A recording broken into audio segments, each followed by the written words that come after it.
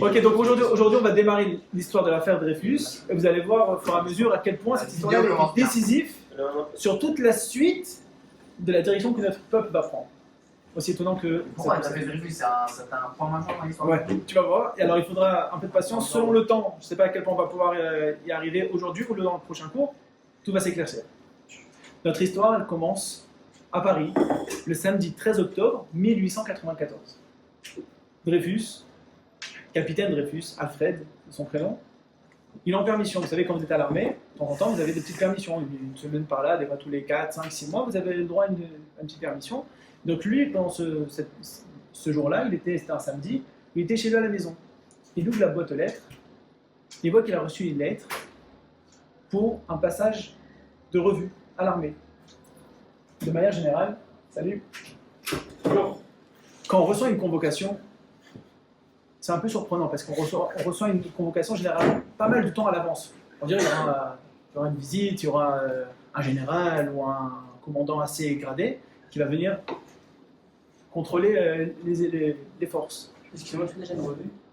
Ça veut dire qu'on va dire contrôler les forces. On va vérifier que tout va bien, que tout le monde a son équipement, que tout le monde est à jour, etc. On vérifie que tout est en place, tout est bien comme il se doit. Salut. Comment tu t'appelles? David. David, moi c'est Jacob. Ah, et David? Ouais. Et David? Ah, Oh. Oh. D'où? Marseille. Paris. Et toi? Ah, Fidèle. Fidèle? Non. Comment il s'appelle ton père? Aaron. Non. Franck. Ah, tu dis. Non, non.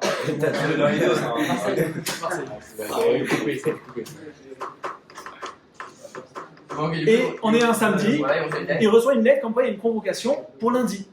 Bon, il est un petit peu surpris parce que généralement une convocation, tu la reçois assez à l'avance, pas pour 48 heures.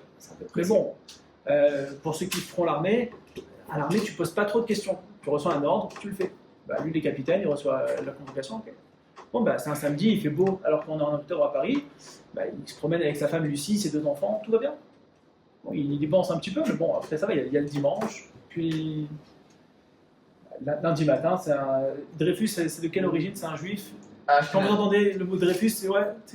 Ashkenaz, de quel Non, Bologne.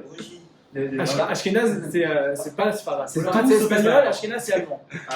Donc oui, tu as raison, c'est allemand. Sauf les Allemands.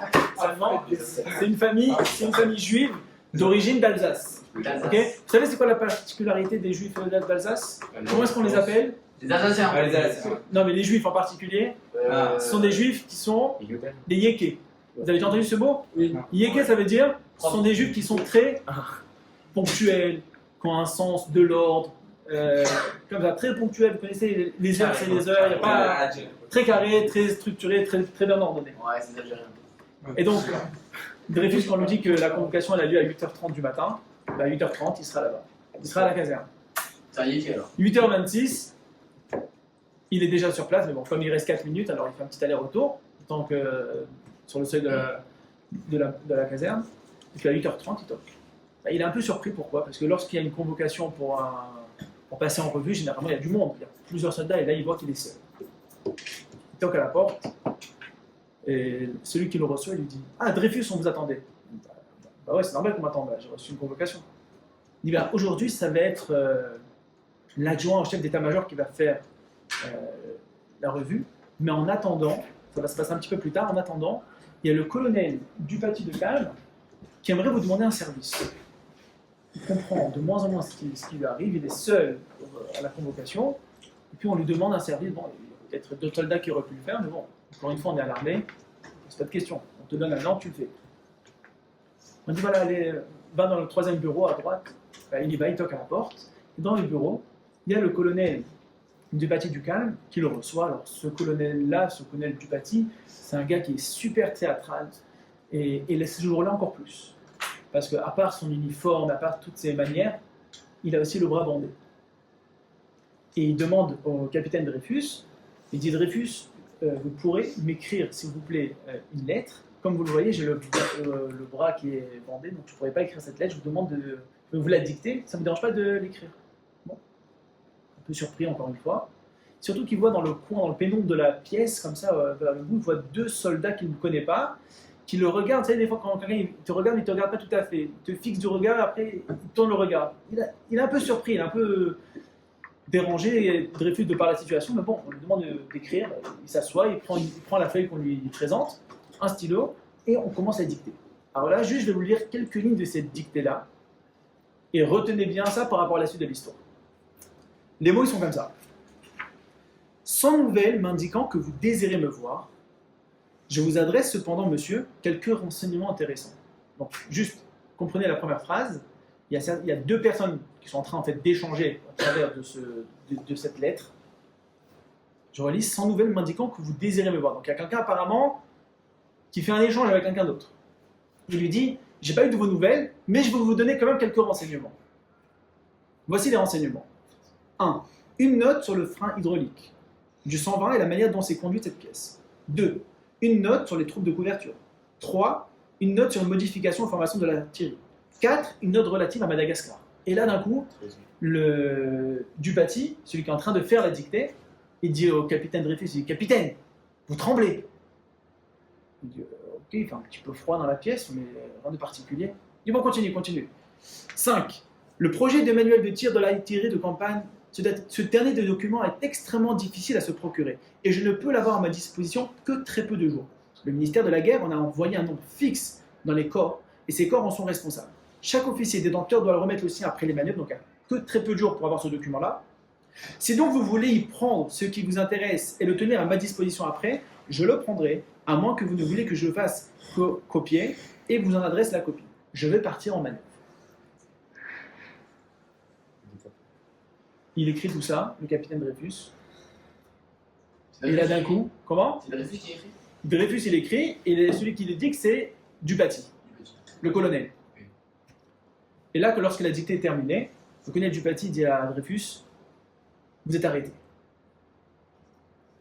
Il ne comprend rien de ce qui se passe. Les deux soldats qui étaient au bout, ils arrivent, ils commencent à lui mettre les menottes. Et lui, il est en train de crier. Il fait erreur, c'est une erreur, c'est impossible. C'est une erreur administrative, c'est pas possible. Il a les mains comme ça attachées, et le colonel Dupaty, il ouvre un tiroir. Exactement. C'est sûr. Lui, il fait des films. Ah. Il sort un pistolet. Il lui dit allez-y. Il dit si vous voulez, tuez-moi, mais moi je ne le ferai pas. Généralement, dans le temps, lorsqu'une personne était accusée, il dit vous avez trahi la France. Ah, l'affaire Dreyfus. Ah, je ne parlais de vous. Généralement, lorsqu'une personne est accusée de trahison, soit elle reconnaît les faits, et il y aura un jugement, soit parfois par tellement la honte peut être grande lorsque tu as été pris la main dans le sac et que tu as trahi ton pays, ben la personne décidait de se suicider, et comme ça l'affaire était réglée. Mais là, Dreyfus, il n'a pas du tout l'intention de se suicider, mais pas du tout. Il sent qu'il est complètement innocent, il ne voit pas du tout de quoi est-ce qu'on l'accuse, toute la situation pour lui elle était surréaliste, il crie son innocence complètement, et il est pris à la prison en plein Paris. La prison s'appelle Cherche Midi. Cherche quoi? Cherche Midi. Il est où? En plein Paris. Ok, pas 14 heures. Lorsque Dreyfus est mis dans sa cellule, il est pris par des crises. Sur des quoi? Par des crises. C'est-à-dire, il est attaché dessus. Par moment, il commence à se taper la tête contre le mur. Il crie qu'il est innocent, que c'est une erreur. Parfois, il y a des périodes de crise où il se tape la tête contre le mur et parfois, d'un coup, il se rassoit et il regarde droit contre le mur. Le premier qui va croire à l'innocence du capitaine Dreyfus, c'est le directeur de cette prison, Cherche Midi. Il s'appelle, vous notez le nom, Forzinetti. Forzinetti, comme vous l'entendez, en fait, c'est un Français mais d'origine italienne. C'est une personne qui, ça fait déjà pas mal d'années, qui est directeur de la prison. Et lui, il a l'habitude de voir des prisonniers, prisonniers politiques ou autres. Il n'y a personne qui arrive et qui dit directement oui, je suis coupable. Mais généralement, lorsque tu sais vraiment que tu es coupable et qu'on t'a. C'est bon, tu as été pris, tu as été jugé, tu le sais au fond de toi que tu es coupable, il y a un certain comportement. Et Forzinetti, lorsqu'il voit ce qui se passe dans la cellule de Dreyfus, il comprend que c'est autre chose. Ah oui. C'est pas le comportement d'un prisonnier qui comprend, qui est accusé à raison. Il comprend qu'il y a ici quelque chose qui ne tourne pas rond. Lucie, la femme de Alfred, elle attend à la maison. Son mari, je vous l'ai dit, c'est un yéké, ça veut dire les heures, c'est les heures.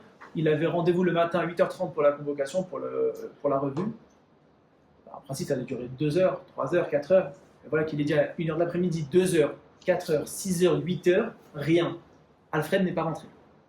Elle est angoissée. Et le lendemain matin, à la première heure, elle va à la caserne où la veille, son mari avait dû se présenter. On lui ouvre la porte. Certains ne sont pas au courant de la situation. On lui dit, mais si vous voulez avoir des informations, allez dans la salle du Paty. Alors Lucie, à nouveau, il la reçoit de manière très théâtrale. Il lui dit, Madame, je ne peux vous dire où est-ce que votre mari se trouve.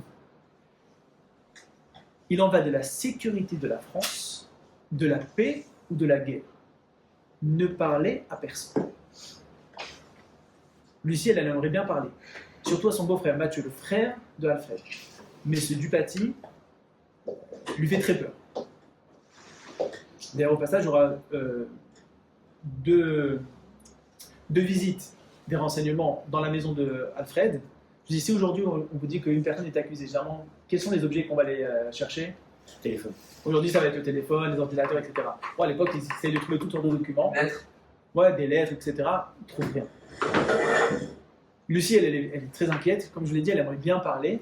À qui elle aurait pu parler peut-être? C'était son beau-frère, le frère d'Alfred, qui s'appelle Mathieu. Mathieu Dreyfus. Attends, où est-ce qu'il se trouve, Mathieu? Prénom. Comment? Prénom. Non, Dans un autre pays. je vous explique. Alsace. En Alsace. En Alsace, exactement. Oh là là, qui que je les aime, les amis. Ça, c'est l'autre. Pour comprendre la suite de l'histoire, je suis obligé de revenir quelques années en arrière. En 1870, il y a eu une guerre entre la France et la Prusse. La Prusse, exactement. Qui est-ce qui a gagné? C'était la Prusse. La Prusse. La France L'ancienne Allemagne. a pris une raclée dans cette guerre-là et a perdu 2 régions, l'Alsace et la Lorraine. Ah, Récupéré en 1900.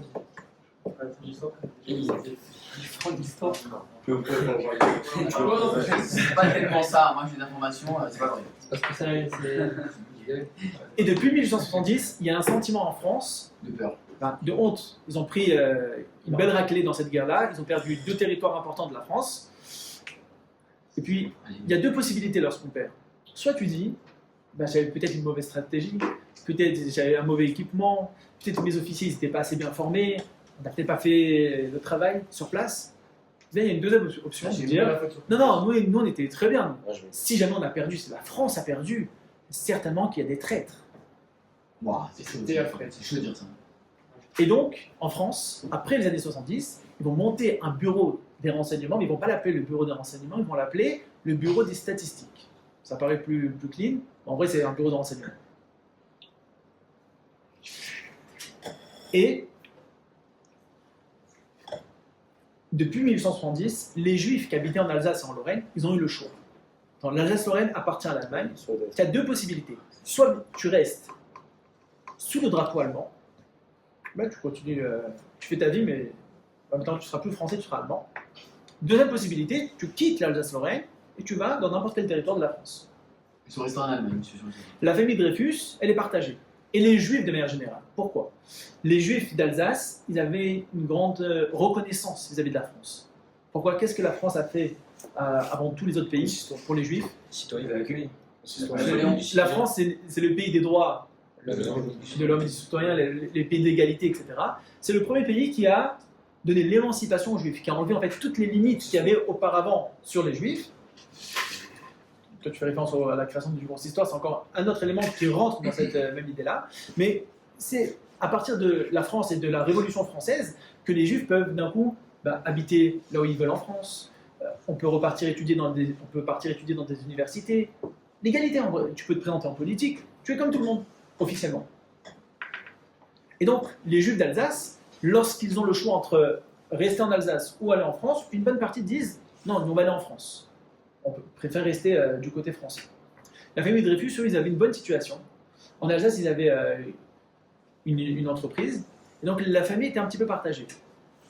Alfred, lui, va aller en région parisienne. Et son frère Mathieu, lui, va continuer l'affaire familiale en Alsace. Donc ça, c'est la situation dans les années qui vont suivre les années 1870. Et donc, la famille Dreyfus, comprenez-le, elle est partagée. Alfred à Paris, Mathieu en Alsace.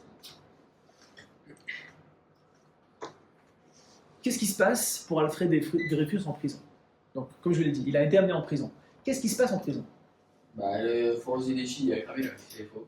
Non, alors, lui, le directeur, Forzinetti, lui, pense qu'il est innocent. Ken, Mais tous les jours, Dupaty, il arrive. Comment? Il se fait harceler par ses.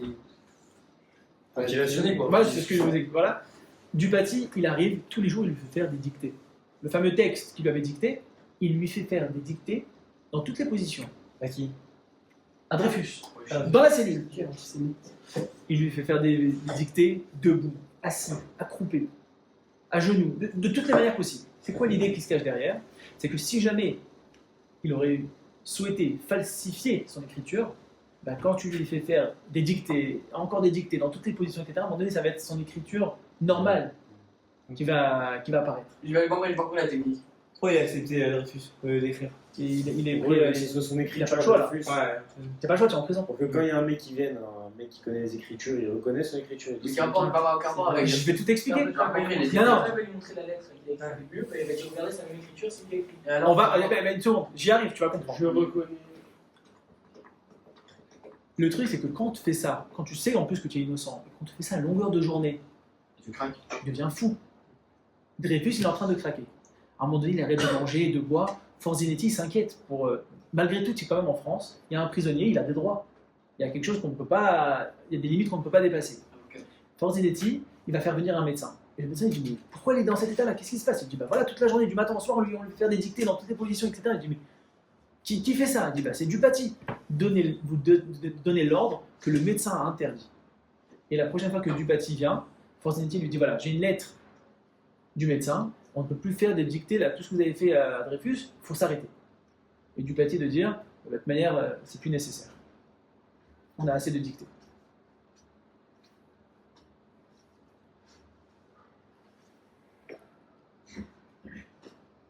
Est-ce que la France a raison de soupçonner des traîtres? Oui. Bah, c'est des traîtres. Oui. Bah, c'est des traîtres. c'est- Non, quoi qu'il arrive, il devrait y avoir peut-être une commission pour savoir s'il y a des traîtres ou pas. Mais il ne faut pas forcément chercher. Faut pas chercher quelque chose qui a lieu. Ok. Alors, les traîtres que la France cherche, ce n'est pas forcément uniquement pour la défaite de 1870, même dans les années qui vont suivre, il y a toujours un risque que peut-être il y ait des traîtres, parce qu'ils savent, en France et en Allemagne, une guerre va éclater dans un futur proche ou lointain, ça va éclater à nouveau. C'est pas fini. La guerre, elle s'était arrêtée en 1870-1871, ça s'était arrêté par une défaite de la France, mais le dernier mot n'a pas encore été dit. Donc en fait, chacun, il essaye d'avoir des informations sur l'armée adverse, etc. Donc, il y a un potentiel qui est des traîtres. Et ce qu'on peut surtout soupçonner, Ceux qui sont entre les deux. ça va être Il y a personne à C'est dire. ça. ce qui se passe au consulat allemand en France. Alors, la France et l'Allemagne, malgré la guerre, ils ont quand même des relations diplomatiques à peu près normales. C'est-à-dire, ça y est, la guerre elle est terminée, les relations ont repris. Donc, il y a un consulat en Allemagne et un consulat en France. Donc, il y a un consul allemand qui se trouve à Paris. Chaque consul, il a des détachés militaires, etc., des gens qui font partie de son équipe, de son staff. Et l'un des personnes qui est soupçonné, il s'appelle Schwarzkoppen. Schwarzkoppen, donc c'est une des personnes qui fait partie du consulat allemand à Paris. Non. Au service des statistiques, comme ils l'appellent, ils ont décidé depuis quelque temps de payer la femme de ménage. La femme de ménage du consul. Et chaque fois qu'elle va faire le ménage, et qu'elle va devoir vider les poubelles, etc., on lui demande de vider les poubelles dans un sachet bien particulier, de ne pas le jeter ce sachet, de mettre le sachet dans une valise et de prendre la valise jusqu'à un banc qui se trouve devant l'église. Et là-bas, il y aura un échange de valises avec une des personnes du service des statistiques. Le but, c'est d'essayer en fait celui qui se trouve à la tête du bureau des statistiques, qui s'appelle le colonel Henry. Ce colonel-là, lui, en fait, son but, c'est de réouvrir les poubelles et analyser dans les papiers si jamais on ne peut pas trouver quelque chose de compromettant. quelque chose qui indiquerait qu'effectivement, il y a un tri. Et donc pendant des semaines, elle va faire ça, la femme de ménage. La femme de ménage, elle s'appelle Madame Bastien. Madame Bastien, elle prend sa poubelle, la valise, et comme ça, jour après jour, semaine après semaine, ils échangent. Alors, au début, il ne se passe rien. Il y a un jour, il est chez lui à la maison, le colonel Henry, en train d'analyser les poubelles, les lettres, etc., les papiers qu'ils ont récupérés du consulat allemand. Et là, il trouve une lettre qui est déchirée en plusieurs morceaux, mais il la recolle, un peu de scotch, il arrive à recoller les différents morceaux, et ça donne une lettre. Une lettre qui est compromettante. C'est quoi cette lettre? C'est exactement la lettre que j'ai lue tout à l'heure, la dictée de Dupaty à Dreyfus.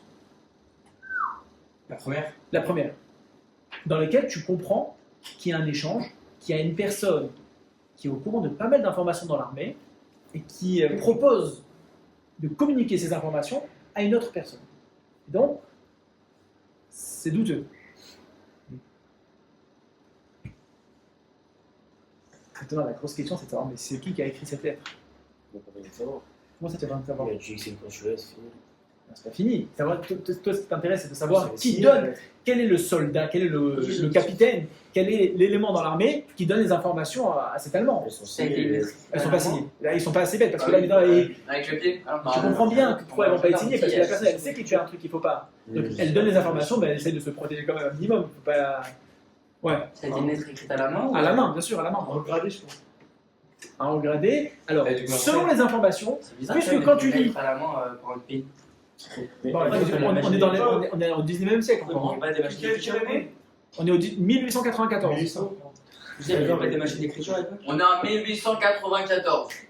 Il n'y a toujours pas des machines On a un d'écriture. Il peut y avoir peut-être mais en tout cas ces éléments-là, de ces gens-là, non, là, bah, ça va, mais en tout cas c'était écrit à la main. À la fin On a la photo de, ça s'appelle le bordereau. En France, après il y avait tout un, Et pas des machines. toute une polémique sur ça, c'était le bordereau. Juste, la femme de ménage, elle sait c'est des poubelles qu'elle jette. Non, tout le monde sait, tiens, au bureau des renseignements, ils savent que la poubelle, elle vient du consulat. Maintenant, ce qui nous importe, c'est pas forcément que le consulat ait une information, ça c'est sûr que c'est important, mais ce qui nous inquiète, c'est surtout c'est qui est la top dans l'armée française.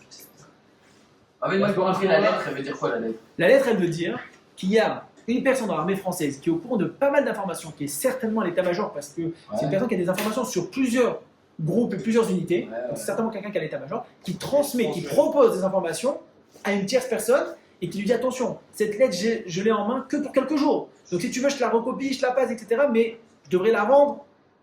Et donc c'est certainement un stagiaire qui se trouve à l'état-major. C'est Ok. ça l'hypothèse de base. Ouais, dans une taupe, on va le truc montré. Certainement. Mais quand ils ont mis Dreyfus en prison, Ouais. pour eux c'était Dreyfus qui était. Alors justement, on va voir mais comment ils sont arrivés à Dreyfus. Et parce que du coup, ça s'est passé avant. Là, on est dans les semaines qui ont précédé l'arrestation de Dreyfus. Ah, Ah, ok. Je me fais un flashback là. Ok, Ah, mais donc l'écriture qu'il y a là, c'est peut-être de Dreyfus. Non. Bon. Ok. C'est pas la lettre. Ah, bah, c'est pour ça qu'il y a Dreyfus en prison alors. Non, mais C'est c'est pour ça fini. que j'ai besoin de la recopier. C'est ça qui t'a dit. Ouais. Ah, attendez. En fait, là, on est dans les semaines qui ont précédé l'arrestation de l'affaire Dreyfus, de Dreyfus en fait. En fait, qu'est-ce qui s'est passé au service des statistiques? Lorsque le colonel Henry il arrive avec le document, ils ont compris donc qu'il y a une top. Il faut savoir combien de personnes, des stagiaires dans l'état-major potentiels, qui pourraient être au courant de ces informations. Ils font la liste, ils arrivent à peu près à 150 personnes potentielles. Ils passent en revue tous les noms. Ils essaient de voir un peu des informations, c'est pas facile de trouver. Ils cherchent, ils essayent de voir un peu les dossiers de chacun, parce que lorsque tu fais partie de l'état-major, même quand tu es stagiaire, tu as déjà tu n'as pas juste un statut, tu as eu même des échanges avec tes supérieurs, etc. Donc tu as un dossier. Ils essayent, ils ont du mal à mettre le doigt sur qui que ce soit. Et à un moment donné, au service des statistiques, il y a une des personnes de l'équipe qui met le doigt sur la liste sur Dreyfus. Il dit celui-là, vous l'avez vérifié? Pourquoi Dreyfus spécialement? Juif. Alors Dreyfus c'est plusieurs choses à la fois. C'est d'abord juif, Alsace. c'est Alsace, parce qu'il faut le En savoir Allemagne. que jusqu'à la Révolution française, il n'y avait quasiment pas de juifs à Paris. Au moment de la Révolution française, il n'y a que 400 juifs à Paris. Pourquoi? Parce que pendant des siècles, les juifs étaient expulsés de la France. Il y avait des juifs uniquement en Alsace et dans la Provence, à Marseille, etc. Et aussi à Avignon, parce qu'Avignon, ça appartenait au pape. Bref, c'est une histoire à part. Bordeaux aussi, non? Par il y a exemple, ces gars-là. Rachid, tout ça. C'était Ouais. à 1000 ans avant. C'était 800 ans avant. Ouais. Ouais. Ok. Mais t'es à 800 ans. Mais globalement, il y a peu de juifs. Et lorsque tu as Dreyfus, c'est le nom d'un juif. C'est le nom d'un juif, mais qui vient d'Alsace, Allemand. qui a encore de la famille en Alsace. Ça nous aiderait bien que si jamais il y a un traître, que ce soit lui. Pourquoi? C'est un Français, mais bon, c'est pas tout à fait un vrai Français. Il est juif et d'origine alsacienne. Il savait vraiment avec le nom qui était juif. Oui, bien sûr, ouais, Dreyfus, c'est sûr. Ok. Ok, non, c'est fort. Ouais. Et- Et donc, celui qui met le doigt au service des renseignements, il est... Le colonel là qui le parle en disant. Non, c'est un autre. Ah, Un des éléments au service des renseignements qui dit Dreyfus, on a un autre gars. c'est lui, c'est sûr. Attends, ça suffit pas. Tu peux pas juste dire Dreyfus et ça suffit. Non. Qu'est-ce qu'ils vont faire? Ils vont sortir des lettres qu'ils ont du capitaine Dreyfus. Ils vont vouloir comparer son écriture d'origine, dans ces lettres, avec l'écriture qui se trouve dans le bordereau. Vous allez comprendre ensuite tout le raisonnement de ce qui s'est passé.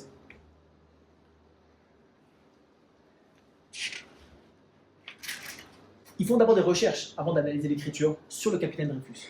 Pourquoi est-ce qu'une personne, généralement, elle a une tendance peut-être à devenir traître? Allez, voyez. L'argent. Ouais. Peut-être c'est une personne, peut-être que Dreyfus il a une situation financière qui est un peu instable. Même si elle est stable, si on lui propose 1 milliard, il est ok. Peut-être. Surtout parce qu'il voit, il y a des gens qui voient les juifs comme des personnes qui. Non, corrompues. En France, je sais pas à quel point, Qui aime l'oseille. mais peut-être il a des problèmes d'argent. Il aime pas. Il vérifie. Bon, il est clean. Lui, ils ont une bonne situation, il a un appartement à Paris, tranquille, tout va bien. Baruch Hashem. Ils l'ont dit Baruch Hashem. Peut-être que c'est quelqu'un qui aime jouer dans les casinos et tout ça. Alors, on l'a dit au début, c'est un yéké. Le mec, il a la vie la plus carrée que tu puisses connaître. Il mange les repas aux mêmes horaires, c'est le petit-déj, à midi, le repas. Ça bouge pas, c'est carré. Est-ce qu'il mange des œufs Il va pas au casino. Est-ce qu'il mange des œufs le matin? Les œufs le matin avec les tomates et les concombres. Ok. Et le fromage blanc. Ok, ok. Bon, il est carré israélien. Il est fou carré. Est-ce que sa mère elle veut? Tellement carré qu'on va dire. Peut-être qu'il a une maîtresse. C'est le code de ce matin. Quoi. Peut-être qu'il a besoin d'argent, peut-être qu'il a une maîtresse. Pourquoi il vérifie? Il le filme Ouais, quelques il- jours, quelques semaines. Non, Dreyfus, ça bouge pas. Il est blanc. C'est carré. T'es pas là. On fait dormir là. Il est blanc comme un feu. Ils font appel à 5 graphologues. J'ai mis Il est blanc comme Chimini. Ils font appel à 5... Tu me fais pas celle-là. Elle est pas mal. 5 graphologues. J'ai pas entendu. Faut pas y avoir. C'est quoi un graphologue? On compare les. Ils ont analysé l'écriture. Vous savez, au travers de ton écriture, on arrive même à te dire des fois, par exemple, Ouais, ça, c'est qu'est-ce bien, que tu non. ressens, C'est poussé, c'est etc. poussé, Il y a c'est tout un de poussé, sciences, mais en tout cas, au moins déjà savoir si l'écriture ressemble véritablement. C'est poussé ça. Parce qu'au service des renseignements, il y a des gens qui ont dit, bah, regarde l'écriture, ça ressemblerait le L, c'est le même L. Et ouais, mais l'un qui a dit oui, mais le P, c'est pas le même P. Donc bon, c'est difficile de savoir. Ils veulent faire appel à des experts. Il y a que ça, c'est beau. Qu'est-ce qu'ils disent les graphologues? Sur 5 graphologues, il y en a 3 qui pensent que c'est pas la même écriture. 2 qui disent que ça pourrait être potentiellement l'écriture de Dreyfus, à condition qu'il ait voulu imiter l'écriture de quelqu'un d'autre. Ouais, c'est poussé. hein. Ouais, c'est un truc quoi. Ça empire la chose. Hein. Tu vas pas faire grand chose avec ça au tribunal. Ça empire la chose. Et en fait, comme pendant des semaines, ils ont essayé de mettre la main sur Dreyfus, essayer de vérifier est-ce que peut-être il avait des problèmes financiers, l'écriture, ils ont amené les graphologues et c'était pas suffisant, etc.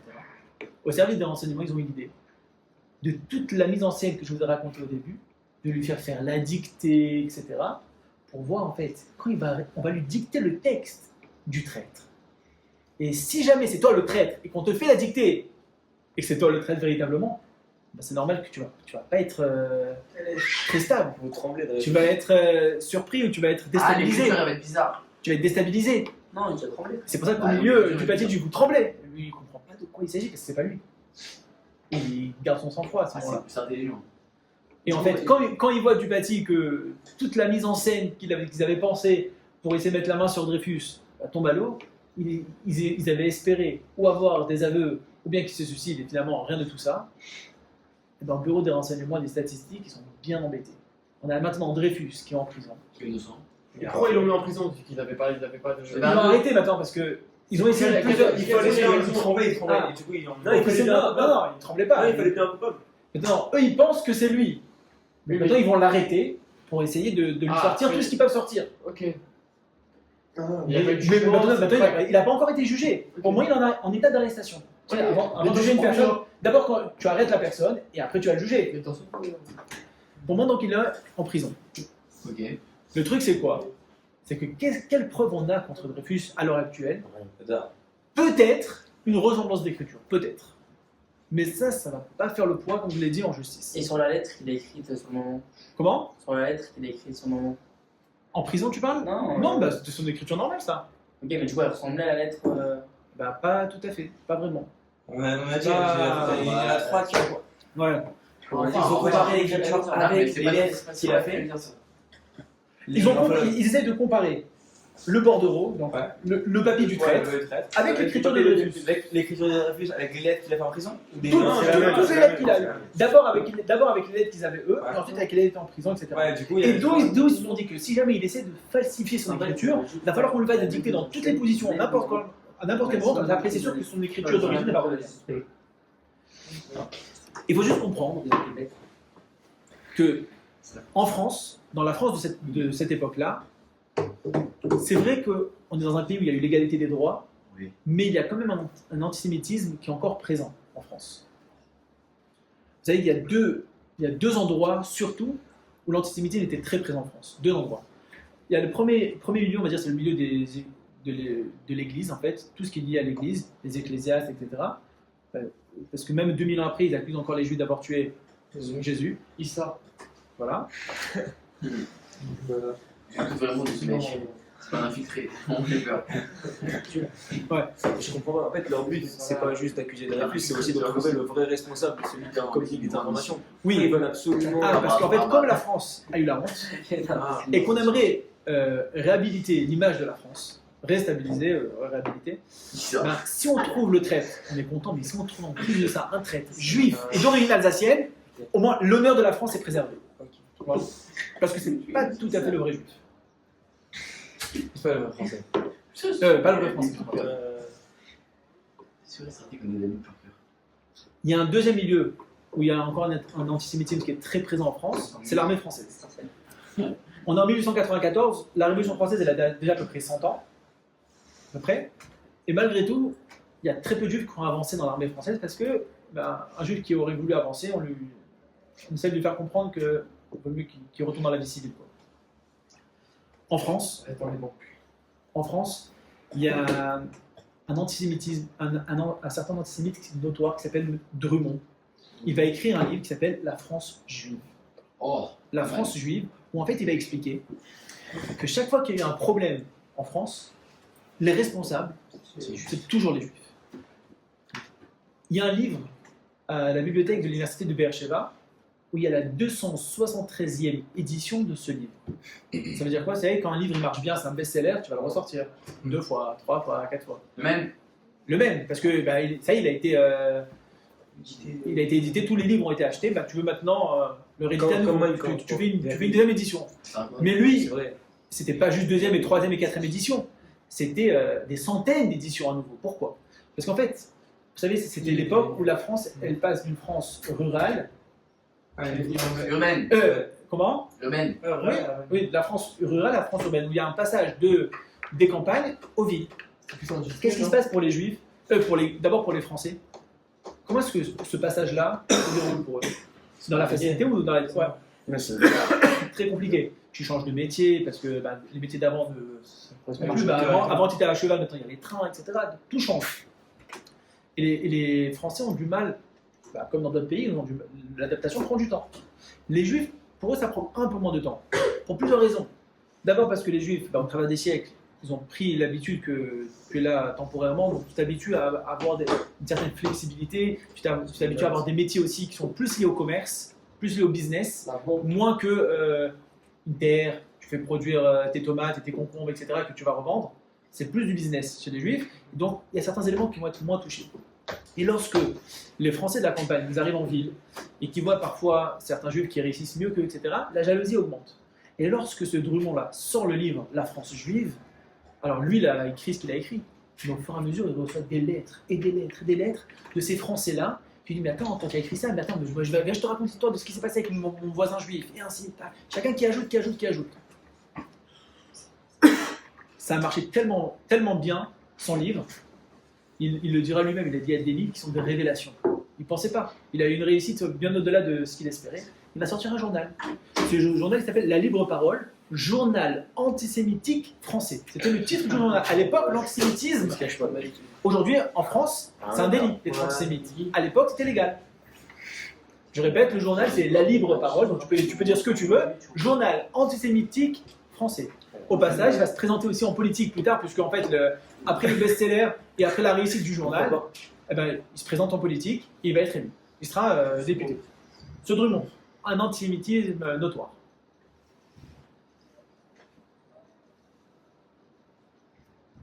Et au fur et à mesure, dans la libre parole, il lance aussi, ce Drummond-là, une campagne contre les juifs dans l'armée, où il pense qu'en fait, c'est pas normal de laisser des juifs dans l'armée française. L'armée, c'est celle qui est responsable de la sécurité du pays. On ne peut pas laisser la sécurité du pays dans les mains de personnes qui ne sont pas tout à fait français. Et par des personnes, comme il a écrit dans ses livres et dans ses journaux, qui sont responsables de pas mal de problèmes de la France. Et le colonel Henry, qui se trouve à la tête du service de renseignement et des statistiques, il veut trouver une preuve. Et lorsqu'il va tous les jours au bureau, il me faut des preuves. Il n'y a pas de preuves. Dreyfus, il est clean, il n'y a pas de preuves. Il a vu dans vous. Il a vu. Quand il dit il me faut des preuves, certains comprennent. C'est pas essayer de faire le maximum pour trouver des preuves. Dreyfus est l'accusé. Maintenant, ce qu'il faut, c'est trouver le moyen que ça passe. Mais c'est lui l'accusé. Et qu'est-ce qu'il va faire? Il est au courant que tu ne peux pas laisser une personne en prison pendant des jours et des jours et des jours sans preuve. Certainement que Dreyfus va être relâché. Et là, il décide de se servir de la presse. C'est peut-être une des premières fois où on se sert de la presse à ce point. Aujourd'hui, c'est courant quand il y a de la politique, des élections, etc. Tout le monde se sert de la presse pour faire avancer ses intérêts. Il convoque Drummond dans un café à Paris. Et il lui dit, je sais de source sûre qu'un capitaine juif a trahi la France. Mais comme le gouvernement est lâche et qu'il subit la pression de la géographie internationale, le traître va être relâché. Il faut que toi, avec ton journal, tu fasses le scandale. Il faut que tu empêches la mise en liberté de Dreyfus. Pourquoi c'était très important pour lui? Parce qu'il savait que si jamais il trouvait la main sur le traître, il serait augmenté, certainement qu'il ferait partie ensuite de l'état-major, etc. Donc il va absolument, pour lui, il le prend même comme un problème personnel. Et donc dès le lendemain, dans les grands titres de la libre parole, de ce journal de Drummond, est-il vrai qu'un juif a été arrêté, mais que le gouvernement renonce à le condamner car il subit des pressions? Grand titre. Ça, c'était le lendemain. Le surlendemain. Est-il vrai que son nom est Dreyfus? Lucie, à ce moment-là, elle peut commencer à parler. Jusqu'à présent, elle avait peur de Dupaty. Elle appelle Mathieu, qui prend le train, qui arrive directement à Paris. Alors Mathieu, lui, voit les journaux avec le titre de son frère, etc. Il achète un maximum de journaux. Il est persuadé que plus il achètera de journaux, moins l'influence prendra. Bon. Il s'est trompé. Mathieu, il rassure Lucie. Il dit, ne t'inquiète pas.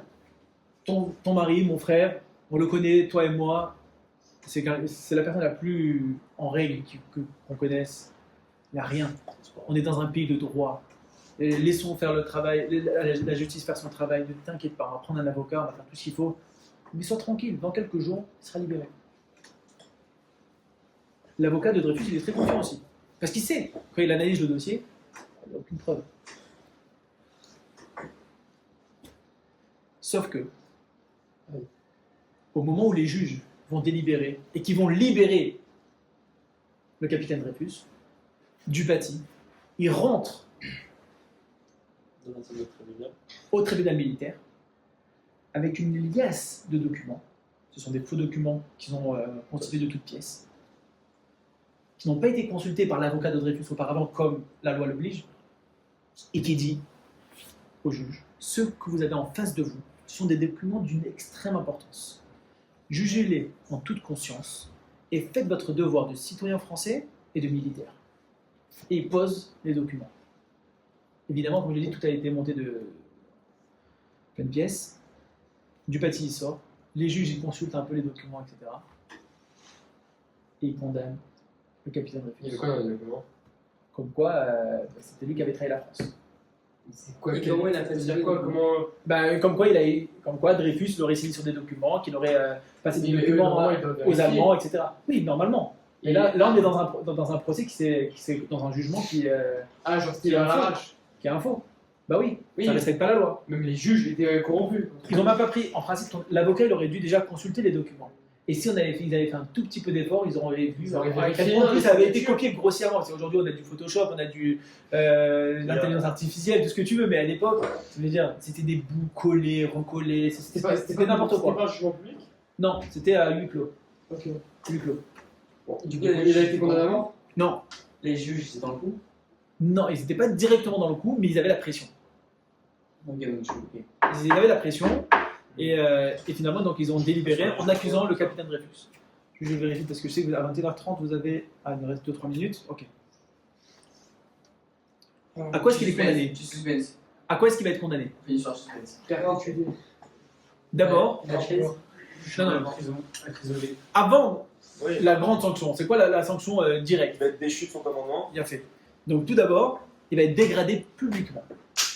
Vous imaginez, quand un capitaine il est déclaré en tant que traître à la France, tu vas le dégrader devant tout le monde, sur la place publique, et il est condamné à la déportation à vie.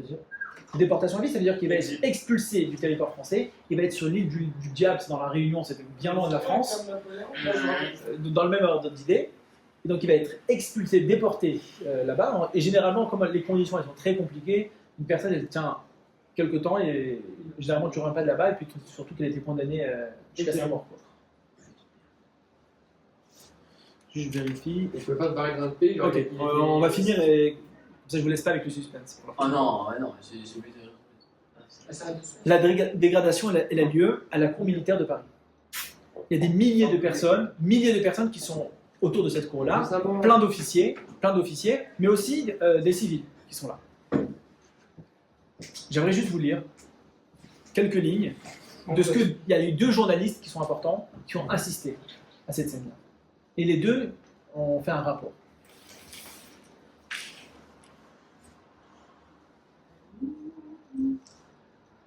Quand 9 heures sonnèrent, là c'est un antisémite qui écrit, un journaliste du style Drummond, c'est le même style. Quand 9 heures sonnèrent, que le général tira son épée, que les commandements éclatèrent, et que les fantassins portèrent les armes et que les cavaliers mirent sabre au clair, le petit peloton se détacha d'un angle de l'immense carré. 4 hommes, au milieu le traître, Touraine, sur un côté l'exécuteur, véritable géant. Les 5 ou 6 000 personnes qui émouvaient cette tragique attente eurent une même pensée. Judas marche trop bien. Judas, donc le juif. Pourquoi est-ce qu'il marche trop bien? Parce que Dreyfus, il veut montrer à tout le monde qu'il est innocent. Et quand tu veux montrer que tu es innocent, alors tu vas pas marcher accroupi, courbé, etc. Tu veux marcher droit. Mais quand tu marches droit, mais que c'est forcé, eh ben, ça se remarque un peu. Donc il dit Judas marche trop bien. Ah ouais. Spectacle plus excitant que la guillotine fichée dans l'épave à l'aube du jour, place de la Roquette. C'était un heureux de ce monde, méprisé, abandonné de tous. Je suis seul dans l'univers, aurait-il pu se crier. Dans ce désert, il allait d'un pas ferme, la mâchoire haute, le corps tout d'un pièce, la main gauche sur la poignée du sabre, la droite balancée. Son chien eut-il léché ses mains-là? Par une ligne diagonale, ce groupe sinistre arriva jusqu'à 4 pas du général, figé sur son cheval pour s'arrêter brusquement. La silhouette rigide ne broncha pas, sinon pour lever un bras et jeter un cri d'innocence, tandis que l'adjudant de la garde, terrible par sa taille et magnifique de tenue, le dépouillait si vite et si lentement de ses boutons, de ses galons, de ses épaulettes, de ses bandes rouges, le tirailler, le dépioter, l'endeuiller. La plus terrible fut quand, sur le genou, il brisa le sabre. Après quelques secondes, et quand il demeura déshonoré et désarmé, les poussées instinctives de la foule réclamèrent avec plus de fureur qu'on tuât ce bonhomme, devenu un bonhomme noir. Mais la loi le protégeait, pour le faire subir des outrages. Judas, jusqu'à cette heure, avait été un petit point immobile, battu par tous. Ses vents de haine. Maintenant, comme un pilori qui marche, il doit être approché des regards de tous. Il défile. La muraille militaire dont il fait le tour contient ses rages, mais semble être prête à crever de fureur. Quand il s'avança vers nous, le képi enfoncé sur le front, le lorgnon sur son nez ethnique, nez de juif, l'œil furieux et sec, toute la face dure qui bravait, il s'écria « Que dis-je » Il ordonna d'une voix insupportable. « Vous direz à la France que je suis innocent. Judas, traître !» Ce fut une tempête fatale, puissante qui porte en lui, etc. etc. Ça, c'est comment le journaliste antisémite le décrit. Et en fait, ce qui s'est passé dans cette scène-là, c'est qu'on a des milliers de personnes qui vont crier « À mort, À mort Judas. à mort Judas, à mort le juif ». Trop bien. Ça parle pas. C'est pas mal ça. Il y a un deuxième journaliste qui était présent. Est-ce que vous savez c'est qui? Spinoza. Non. Zola. Non. Albert Camus. Non. Victor Hugo. Victor Hugo, c'est Non. Quoi Ça va être C'est un écrivain, connu. Non, non. Je rigole, j'ai cru c'était Tu as raison de parler de J'accuse de Zola, mais c'est pas à ça que je fais référence. Il y a un deuxième journaliste qui était présent. Il s'appelle, très connu. Il s'appelle Théodore Herzl. Herzl, juif, lorsqu'il va voir que 100 ans après la Révolution française, dans le pays des légalités, des droits de l'homme et du citoyen, on continue à accuser un juif parce qu'il est juif, disons que Dreyfus était bien le traître. Qu'est-ce que la foule aurait dû crier? Au lieu de crier à mort aux juifs, il aurait dû crier à mort aux traîtres. Mais lorsqu'il voit des renouveaux d'antisémitisme aussi présents, qu'il est au courant de ce que la libre parole écrit, il est au courant que ça a été un best-seller, il est au courant de tout ce qui est en train de se passer, Herzl comprend. Avec l'affaire Dreyfus, ça a été un élément décisif, un tournant dans la pensée d'Herzl, et on verra ça au prochain cours, qui fait que Herzl comprend que la place des Juifs n'est plus dans l'exil. Le but n'est plus d'intégrer les Juifs dans les sociétés, de trouver une autre solution. Mais en tout cas, cette tentative-là, comme quoi les Juifs vont s'intégrer dans les pays, vont avoir la liberté, l'égalité des droits, etc., c'est plus ce qui marche. Et ça a été en fait l'affaire Dreyfus, ça a été un tournant. Et du coup, Dreyfus, la. Incroyable. Comment? Au final, La suite de l'affaire Dreyfus. Alors, je peux vous la dire très vite fait parce que ce qui m'intéresse à moi, c'est pas de vous raconter toute l'histoire de Dreyfus, mais vous pouvez l'avoir sur Internet. Si vous voulez, très brièvement, il a été condamné. Ça va mettre à peu près 12 ans pour qu'il soit libéré. Il y aura un deuxième jugement d'abord de Dreyfus où il va être à nouveau accusé parce qu'en fait, la France, l'armée, ne voulait pas se perdre la face, de dire on a eu tort. Donc, en fait, il y avait un traître véritablement. Il a été jugé et libéré. Ensuite, il s'est enfui en Angleterre. Il y a Émile Zola qui va écrire son fameux J'accuse la France. Elle va être partagée pendant des années. L'histoire de Dreyfus, il y aura les Dreyfusards, les anti-Dreyfusards, vous vous rappelez ça, vous avez dû l'apprendre à l'école. C'était une histoire qui a été très violente en France pendant des années, parce que justement, ça montrait est-ce que la France, elle est véritablement égalité, liberté, etc., ou pas. Et en fait, ça a mis des années, c'est-à-dire que 12 ans plus tard, il y aura un troisième jugement, et c'est là où le capitaine Dreyfus sera réhabilité. Mais ce qui nous intéresse pour nous, pour notre histoire, c'est pas juste l'histoire de ce capitaine Dreyfus, c'est de comprendre en fait d'où est-ce que le processus du sionisme qui va être mis en place par Herzl et par d'autres choses qu'on verra dans les prochains cours, démarre en fait en partie avec cette histoire-là. Et on n'a pas de... Voilà, qui a un impact décisif. Anne Bataille. Voilà, je vous remercie en tout cas pour...